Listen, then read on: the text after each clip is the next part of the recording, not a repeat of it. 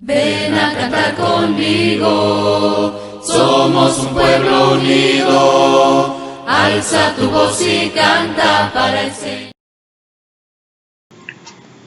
Dios les bendiga a todos, hermanos y amigos de la Iglesia de Cristo. Vamos a continuar con la lectura del libro El Cristiano Victorioso. Ahora en su capítulo 6, titulado El Cristiano Victorioso y la verdadera obediencia. Si ustedes me aman, obedecerán mis mandamientos. Juan 14:15. Ha existido confusión durante largo tiempo en lo que concierne a la relación entre la fe y las obras, agravada por una tendencia a oscilar de un extremo a otro. En ocasiones destacamos la fe y en otras exageramos la importancia de las obras. Es posible que nunca comprendamos plenamente todo lo relativo a estas virtudes, pero tenemos que seguir pensando, estudiando y analizando, sin dejar de orar para que Dios nos revele todo lo que sea necesario. Es indudable que nos salvamos por la fe, Gálatas 3:11. Sin embargo, es indispensable comprender el significado real de la salvación mediante la fe y su efecto sobre la vida del cristiano victorioso. Cuando la Biblia enseña que somos salvados únicamente mediante la fe, en Efesios 2:8, implica que es imposible salvarnos a nosotros mismos. Únicamente Dios puede salvarnos y solo si creemos que Él lo hará. Como vimos que en el capítulo anterior, una persona que recibió la salvación mediante la fe será siempre obediente. La fe y la obediencia genuina son compañeras inseparables. No es posible obtener una sin la otra, porque Dios no nos salva por nuestras buenas obras. Los incrédulos no pueden obedecer a Dios porque no aceptan su ley y como norma para sus vidas. Romanos 8:7. Nosotros los que creemos, si no permitimos que el Espíritu Santo nos provea un nuevo corazón, tampoco podremos ser obedientes en el sentido prístino de la palabra. Ezequiel 11:19. El proceso que conduce a la salvación consta de dos componentes inseparables. Primero, el Espíritu Santo insta a los pecadores a buscar a Jesús, 2 de Pedro 3:9. Segundo, cuando responden al llamado, Jesús los invita a convertir la obediencia en una característica sobresaliente de sus vidas, Isaías 30:21. Entonces, la obediencia se convierte en la prueba objetiva para establecer si una persona ha recibido realmente la salvación. Jesús lo expresó con toda claridad: si ustedes me aman, obedecerán mis mandamientos. Juan 14:15. También declaró que el árbol se conoce por su fruto. Mateo 12:33. La obediencia genuina no es una acción, sino una actitud. La obediencia genuina que se origina en los centros afectivos y cognitivos de la mente no es una acción, sino una actitud. Una persona puede causar la impresión de ser obediente y, sin embargo, detestar todo acto de obediencia. Recuerdo un periodo en mi propia vida cuando solía decir: ¿qué tiene de malo esto? O bien, ¿qué tiene de malo aquello? Además, no veo ninguna razón por la cual no podamos hacer esto o aquello. Esta manera de pensar revela que todavía no estamos comprometidos a obedecer sinceramente a Dios, porque Jesús dijo: ¿quién es el que me ama? El que hace suyos mis mandamientos y los obedece. Juan 14:21. Jesús no restó importancia a la obediencia, en cambio, exaltó su valor más aún que Moisés. El Antiguo Testamento prescribe: no cometas adulterio, Éxodo 20:14. En cambio, Jesús enseñó: pero yo les digo que cualquiera que mira a una mujer y la codicia, ya ha cometido adulterio con ella. Mateo 5:28. La persona que carezca de una actitud de obediencia, es posible que obedezca en algunas cosas, pero no en otras. En cambio, la obediencia genuina no es discriminatoria. Es una actitud en curso que induce a la obediencia constante. En cambio, la persona que obedece intencionalmente algunos de los mandamientos de Dios, pero no otros, no es obediente en un 50%. O casi obediente. Esa persona sencillamente es desobediente.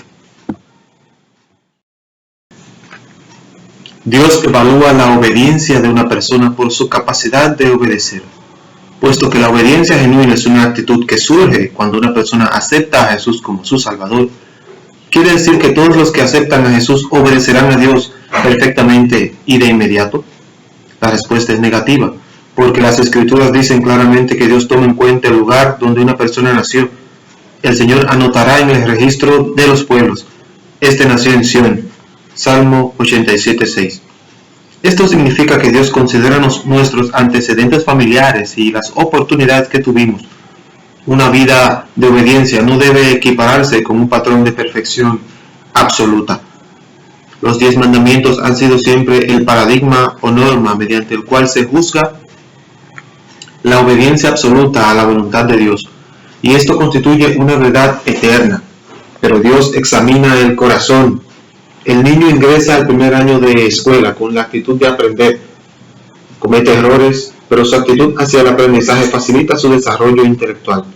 La vida del cristiano victorioso se parece a la asistencia a la escuela. Un buen alumno procura obtener la nota máxima en sus exámenes. Cuando se equivoca en una pregunta no se conforma. Sabe que sus conocimientos son insuficientes en el tema en el que erró, de modo que refuerza su estudio de ese tema hasta que lo domina y está seguro que no fallará la próxima vez. También nosotros cometemos errores en el devenir de nuestra vida cristiana, pero como estamos comprometidos con una actitud de obediencia, podemos detectar los errores y aprender de ellos. Dios nos considera a todos responsables, pero no en forma pareja. Como seres humanos favorecemos la igualdad en todo. Tendemos a considerar justas o injustas las cosas que suceden. Lo aprendemos temprano en la vida. La equidad establece que si tengo $1 y deseo repartirlo entre 4 personas, cada una debe recibir 25 centavos. Sin embargo, hasta los padres saben que no pueden tratar uniformemente a todos sus hijos. Dios también obra según el principio de la justicia. La equidad da a todos por igual. La justicia divide el $1 entre las personas más necesitadas. Aunque Dios emplea el mismo patrón para medir a todos, no nos considera a todos igualmente responsables. El examen final para un alumno de primer grado no es el mismo para un aspirante al doctorado. Es importante que consideremos la obediencia desde el punto de vista divino. Santiago 4:17 declara: así que comete pecado todo el que sabe hacer el bien y no lo hace. Es decir, Dios considera responsable a una persona tomando en cuenta la luz o conocimientos que posee. Un niño de 5 años puede ser tan absolutamente obediente como un joven de 22 años. No obstante, la diferencia entre el niño y el joven yace en lo que se espera de cada cual. La desobediencia está asociada con el pecado voluntario. Parece comprender que es la obediencia. Es necesario establecer en qué difieren del pecado voluntario y el pecado involuntario. El alumno que desea obtener la nota óptima en un examen, pero pierde algunos puntos, es diferente de aquel que dice que no le importa porque solo trata de aprobar el examen con el mínimo de estudio necesario. De esto se concluye que existe una importante diferencia entre la persona que ora todos los días pidiendo ayuda para obedecer y aquella que sostiene que la obediencia carece de importancia o bien es inalcanzable. El cristiano victorioso está siempre consciente de sus errores y fracasos, pero mediante la oración y el injerto de las enseñanzas de la palabra de Dios, mediante el Espíritu Santo, avanza constantemente hacia la meta de Dios en Jesucristo.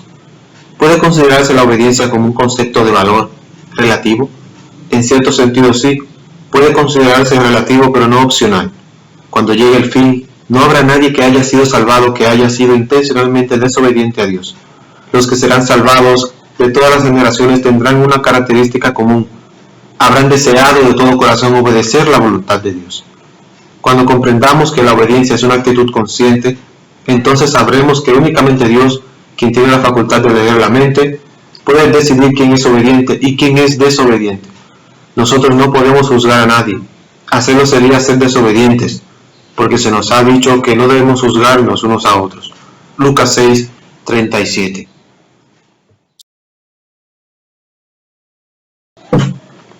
La tentación no es desobediencia. El cristiano victorioso puede reanimarse al saber que la tentación no es desobediencia.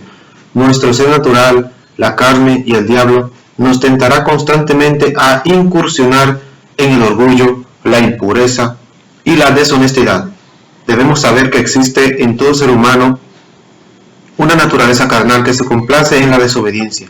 Romanos 7:18. En vista de esto, tenemos que cerrar constantemente los oídos y los ojos a la tentación. En el capítulo 10 explicaremos la forma de vencer la tentación. La desobediencia La obediencia genuina nunca se origina en el temor, en la culpa, ni en el deber. Quienes aman sinceramente a Dios no le obedecerán por temor a las consecuencias. La Biblia dice que el amor perfecto expulsa el temor. En el amor no hay temor, sino que el amor perfecto echa fuera el temor. El que teme espera el castigo, así que no ha sido perfeccionado en el amor. 1 de Juan 4:18. Los que aman a Dios de verdad no le obedecen porque se sentirían culpables si no lo hicieran. La persona que vive bajo la gracia obedece por esa misma razón. Salmo 48. La obediencia verdadera surge de lo más íntimo del ser, pero la obediencia que es fruto del temor, del deber o de la culpa es una obediencia falsa y superficial. El cristiano victorioso es motivado por el deseo de complacer a Dios. Se ha dicho con acierto que el amor perfecto desplaza el temor. Sin embargo, no expulsará la obediencia. En cambio, únicamente el amor perfecto que nace en la intimidad del ser y que es un don de Dios, posibilita la obediencia perfecta. Es posible que exista un examen en algún colegio que haga imposible contestar bien todas las preguntas, porque algunas están redactadas en forma engañosa, o porque el profesor no enseñó los temas. Pero esto nunca sucederá en la vida del cristiano victorioso en su relación con la verdadera obediencia, porque los mandamientos de Dios jamás son gravosos ni penosos. 1 de Juan 5:3. En generaciones anteriores, Dios trabajó con su pueblo basándose en el conocimiento de la verdad que poseía y aceptó su actitud de obediencia por fe en Jesús. El pueblo de Dios que exista cuando Jesús venga, mediante el poder del Espíritu Santo, disfrutará de una perfección de obediencia desconocida hasta entonces por el pueblo de Dios. Ellos serán esas personas en cuyas vidas se cumplirá la promesa según la cual aquel que comenzó una buena obra en sus corazones la perfeccionará. Filipenses 1:6. Son ellos también quienes recibirán la bendición de la promesa según la cual el Espíritu Santo los guiará hacia el conocimiento de la verdad total. El pueblo de Dios que vivió en el pasado solía fallar en la perfecta obediencia de la voluntad de Dios, porque no habían recibido revelación de ciertas verdades.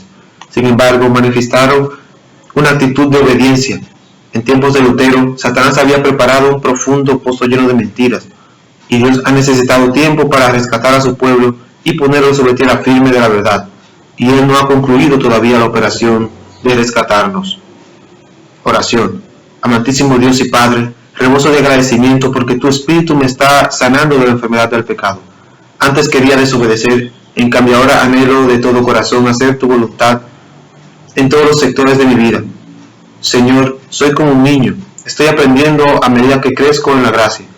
Así como un niño crece, te ruego que me ayudes a crecer en mi vida espiritual. Quiero ser un hijo o una hija en quien tú puedas complacerte. Te agradezco porque mediante el Espíritu Santo me estás haciendo esto en mi vida. Amén. Aplicación personal. La victoria sobre el pecado significa que estamos obedeciendo la voluntad de Dios. Fuimos creados para realizar su voluntad. Esto significa que el propósito de nuestras vidas es obedecer al Creador. Una de las mayores victorias de Satanás ha sido convencer a la gente que los cristianos no necesitan obedecer los 10 mandamientos de Dios. Una persona legalista no es la que desea ser obediente. En cambio, es alguien que piensa que puede obedecer la voluntad de Dios con sus propias fuerzas. Jesús no ha perdonado nuestros pecados para que sigamos pecando. No nos hacemos ver por el médico para seguir estando enfermos, sino para sanarnos. El pecado nos hizo desobedientes. La salvación reinstala la obediencia en nuestras vidas. Una persona que ha sido crucificada con Cristo y que ha nacido de nuevo, deseará constantemente hacer la voluntad de Dios. Cuando comete errores, lo lamenta y pide a Dios fuerzas para vencer. Que Dios les bendiga a todos, hermanos, y nos vemos en la próxima, en el cristiano victorioso y su conciencia.